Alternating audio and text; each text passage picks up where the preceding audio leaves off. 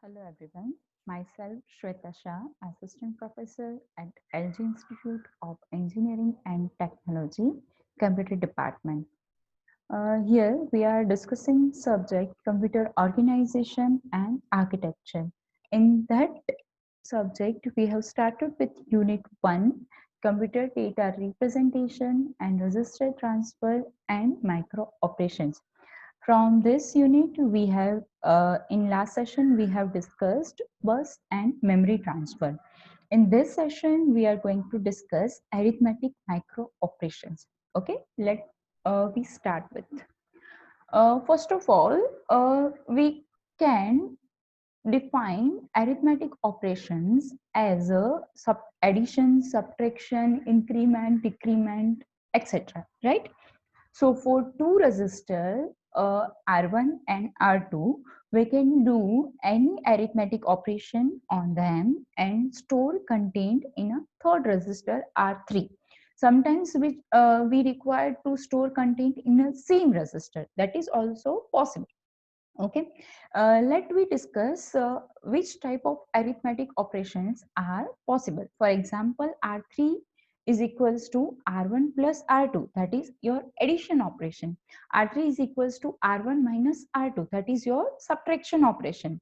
But actually we will do the subtraction operation by 2's complement method. That means here our content of resistor R2 is required to be subtracted. That means we will add 2's complement of content of R2 to R1. How you can find out 2's complement?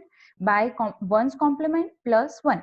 That means R2 will be replaced by R2 bar plus 1. That is its 2's complement. And then you will add it into R1. This two operations, R3 given R1 minus R2 and R3 given R1 plus R2 bar plus 1, that are same, but we are representing it with 2's complement. Or you require to complement the content, that is your 1's complement. You require to find out 2's complement, that is your 1's complement plus 1. Or you require to increment that content of that resistor or decrement, that means increment by 1 or decrement by 1, that is adding 1 or subtracting 1. Okay, so this kind of arithmetic operations on the content of resistors is possible. Okay, so let me discuss how we can design these operations. Okay, first we start with addition operation. So for binary adder, we know for addition operation we will require full adder. That is, it will have three input, that is A, B and carry in, and output will be output and carry out. Here I have given truth table for addition, and for example like R1's content is 1101 and R2's content is 0111. So for that, if we do addition, then 1 plus 1 is 0, carry 1, then 101, that is equals to 0, carry 1. Now 111, 111, the result will be 1 and carry will be transferred. And for last thing, that is 110, 110, we will have result 0 and carry 1. Okay, so our summation result is 0 1 0 0, that is stored in a result register, and 1 is stored in a carry register, or you can say carry flip flop. Okay, so this kind of addition, in this we are doing what? We are adding 2 bit with its previous carry. Okay, so here we will require full adder. 2 bits are added. First, for 0th position bit are added with carry in, then result is transferred as a carry out and your result. Okay, then next, for next stage you will add previous carry plus your content at that bit. Okay, similarly for next stage and next stage. Okay, so this thing can be represented like this.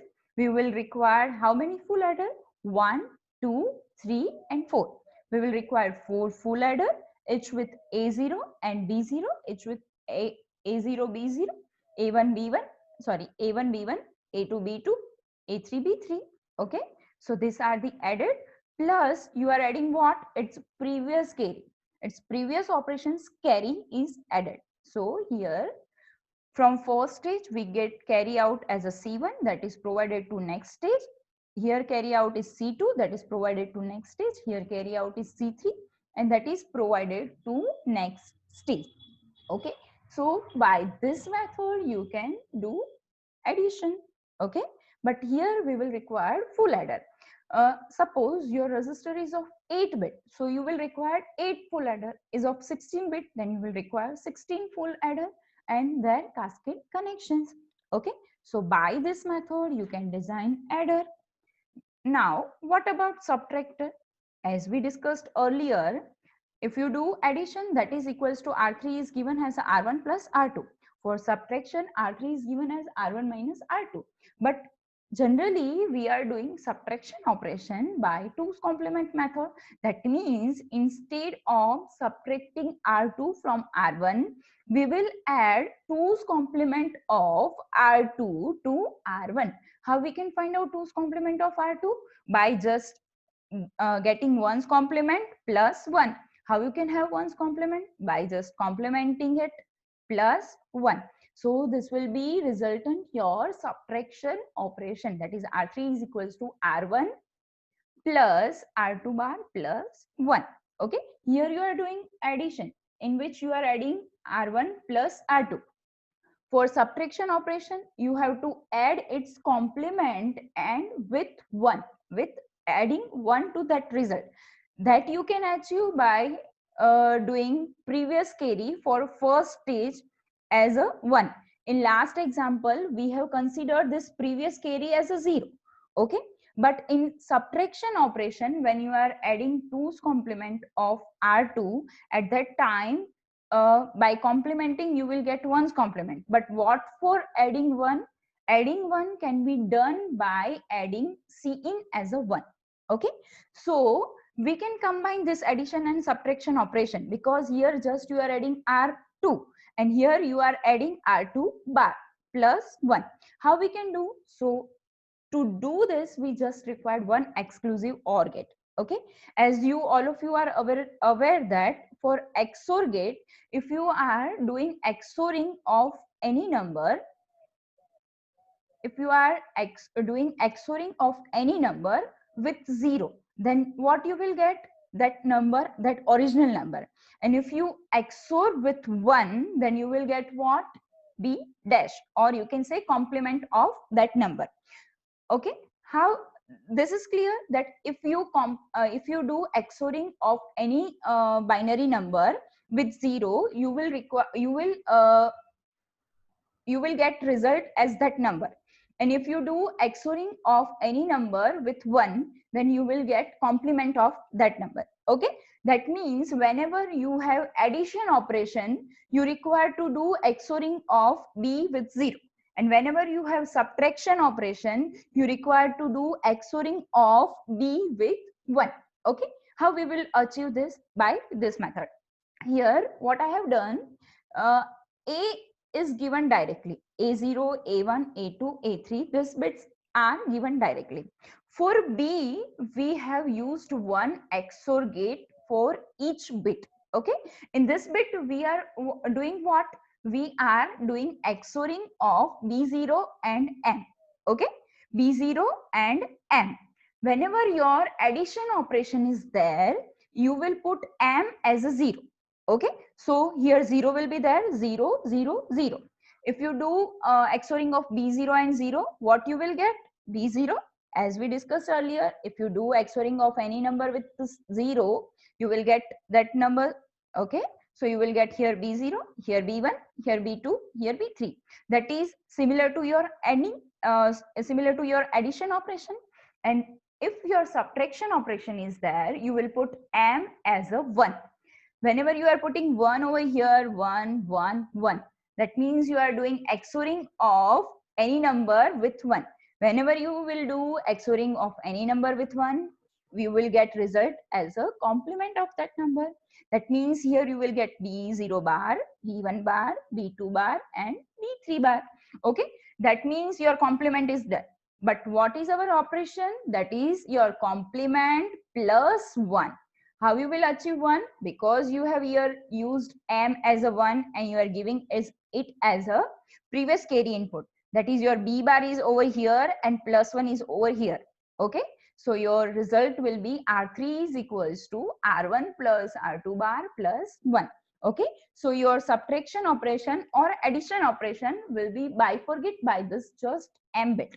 If you are doing addition operation, you have to put 0. If you are doing subtraction operation, you have to put 1.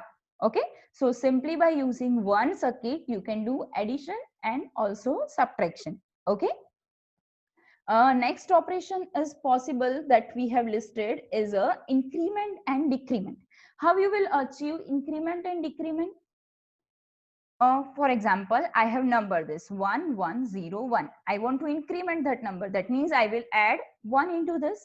If I will add 1 into this, that means 1 plus 1, 0, carry 1. 1 plus 0, 1, carry 0. 0 plus 1, result will be 1 and carry 0. And then 0 plus 1, result will be 1 and carry will be 0. Okay. In addition operation, we have to consider previous carry and that particular 2 bits.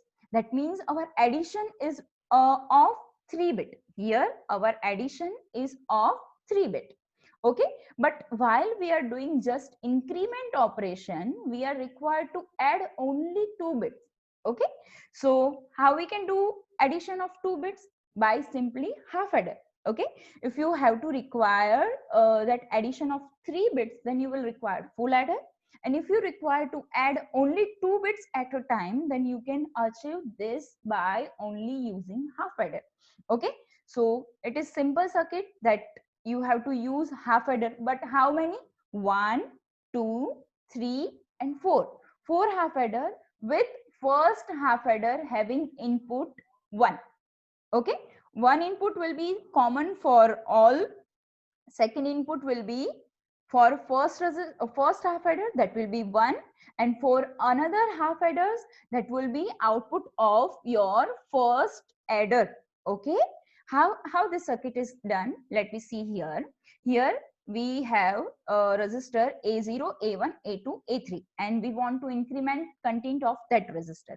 Okay, so what we will do, that is we will add that. This is our A0. We will add 1 to this A0. Okay, 1 and A0.